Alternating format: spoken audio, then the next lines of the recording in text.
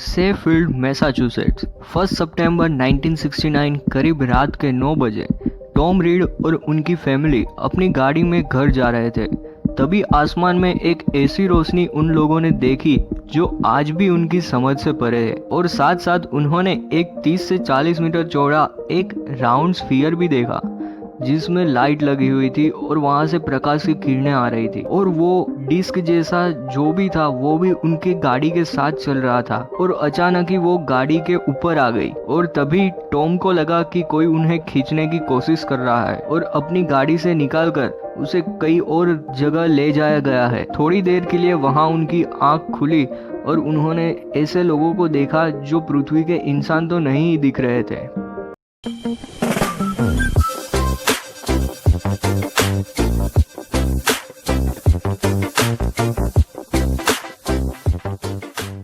लेकिन उस रात बाद में क्या हुआ वो टॉम को भी नहीं पता था। ऐसा ही नहीं कि यह अनुभव सिर्फ टॉम और उसकी फैमिली को हुआ था, लेकिन वहां रहते आसपास कई लोगों ने भी ऐसा अनुभव किया था। ऐसी कई घटनाएं भी आई। उसी रात करीब 250 लोगों ने वहां के स्थानीय रेडियो पर कॉल किया और सभी ने बताया कि उस इलाके में उन्होंने कुछ अजीब सा देखा था। ये बात उसकी पुष्टि करता है कि उस रात कई लोगों ने ऐसा अनुभव किया था। कई लोगों ने तो आर्मी रिजर्व बेस को भी कॉल कर दिया था। इसलिए ये बात सच नहीं है ये कहना काफी मुश्किल है, क्योंकि एक दो आदमी को भ्रम हो सकता है, लेकिन इतनी बड़ी संख्या में भ्रम हो ऐसा हो ही नहीं सकता। तो क्या उन सभी ने एक ही उड़न तस्करी मतलब यूएफओ को देखा था? तो वो वहां पर किस मकसद से आए थे? 3 नवंबर 2015 को वहां के गवर्नर ने एक दस्तावेज जारी किया और माना कि टॉम और बाकी कई लोगों के साथ जो घटना हुई थी वो सच थी, और यह पहली घटना थी जिसका स्वीकार गवर्नमेंट ने भी किया था। ऐसा बिल्कुल भी नहीं है कि यह घटना सिर्फ यूएसए में ही हो रही है। पूरे विश्व में ऐसी कई जगह है जहाँ ऐसी घटना होती रहती है। हमारे देश भारत में भी ऐसी कई घटना हुई है। भारत में पहली बार 1951 में दिल्ली में, 1954 में बिहार में और 2007 में कोलकाता में भी यूएफओ सैटेलाइट दिखे गए थे। हालांकि कभी किसी साइंटिस्ट ने इस बात को सच माना ही नहीं है। इंडिया और चाइना के बॉर्डर को लेकर हमेशा विवाद रहा है, लेकिन इन सीमाओं के बीच एक ऐसी जगह है जहां दोनों देशों की सोच एक जैसी है। उस जगह का नाम है कोंका पास। वहाँ स्थानीय लोगों को जाना आज भी मना है। उस जगह को यूएफओ बेस के तौर पर जाना जाता है। कहा जाता है कि यहाँ कई लोगों ने कई बार पहाड़ के ऊपर यूएफओ को उड़ते हुए देखा है। यह विवादित क्षेत्र बहुत ही दुर्गम और कठिनाइयों से भरा है।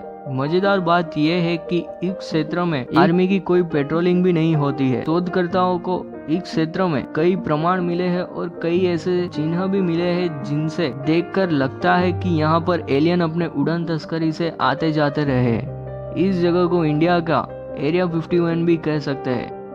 आज भी पृथ्वी के अलावा कई ग्रहों में इंसान के जीवन की तलाश जारी है, और समय समय पर हमने एलियन और उनके अस्तित्व के बारे में कई बातें सुनी है। पुरातत्वविदों का कहना है कि गिजा के पिरामिड जैसी कुछ संरचनाएं एलियन की मदद से बनाई गई थी। आर्कोलॉजिस्ट के द्वारा ऐसे कई पुख्ता सबूत दिए गए हैं जिससे साबित होता है कि भारत के महाराष्ट्र में स्थित एलोरा की गुफा में रहा कैलाश मंदिर भी इसी चमत्कारी शक्ति से बनाया गया। भारत में लगभग सभी मंदिर नीचे से ऊपर की ओर बनाए गए हैं, लेकिन कैलाश मंदिर ऐसा मंदिर है जिसे ऊपर से नीचे की ओर बनाया गया था, और यह मंदिर सिर्फ एक पहाड़ की चट्टान से सीधा उकेरा गया था। यह मंदिर एक ही पत्थर से कोतरकाम किया गया था। उस मंदिर में गुप्त मार्ग, एडवांस ड्रेनेज सिस्टम और भी काफी कॉम्प्लेक्स डिजाइन है जो एडवांस टेक्नोलॉजी के बिना बनाना मुश्किल है। इस मंदिर को तराशने के लिए 4 लाख टन से अधिक चट्टान को एक चट्टान से निकाला गया था, और यह काम करने में 18 साल लग गए थे। लेकिन मॉडर्न सिविल इंजीनियर्स का कहना है कि अगर हजारों कारीगर भी दिन रात काम करे तो भी ये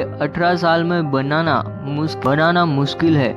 और इस मंदिर का निर्माण हजारों सालों पहले सिर्फ चीजल और हथौड़ी से करना संभव ही नहीं है। मुगल राजा औरंगजेब ने हजारों पुरुषों की एक टीम को इस स्ट्रक्चर को डिस्ट्रॉय करने के लिए भेजा था। 3 साल रात दिन मेहनत करने के बाद भी कुछ ही प्रतिमाओं को खंडित कर सके। भले ही संरचना इतनी विशाल और महत्वपूर्ण है, लेकिन उसके बारे में कोई हिस्टोरिकल रिकॉर्ड उपलब्ध नहीं है। कहा जाता है कि ताजमहल को 18 सालों में बनाया जा सकता है, लेकिन आज भी कैलाश मंदिर नहीं बनाया जा सकता। 32 इलोरा की गुफाओं में से यही एक ऐसा स्ट्रक्चर है जो हेलीकॉप्टर से भी दिखा जा सकता है।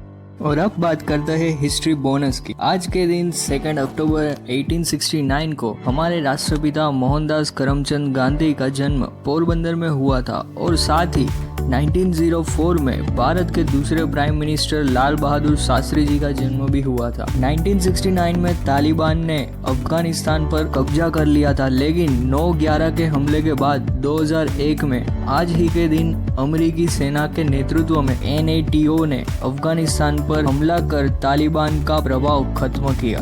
अगर आपको ये वीडियो अच्छी लगी तो please do like share and subscribe. मिलते हैं नए वीडियो में। बाय।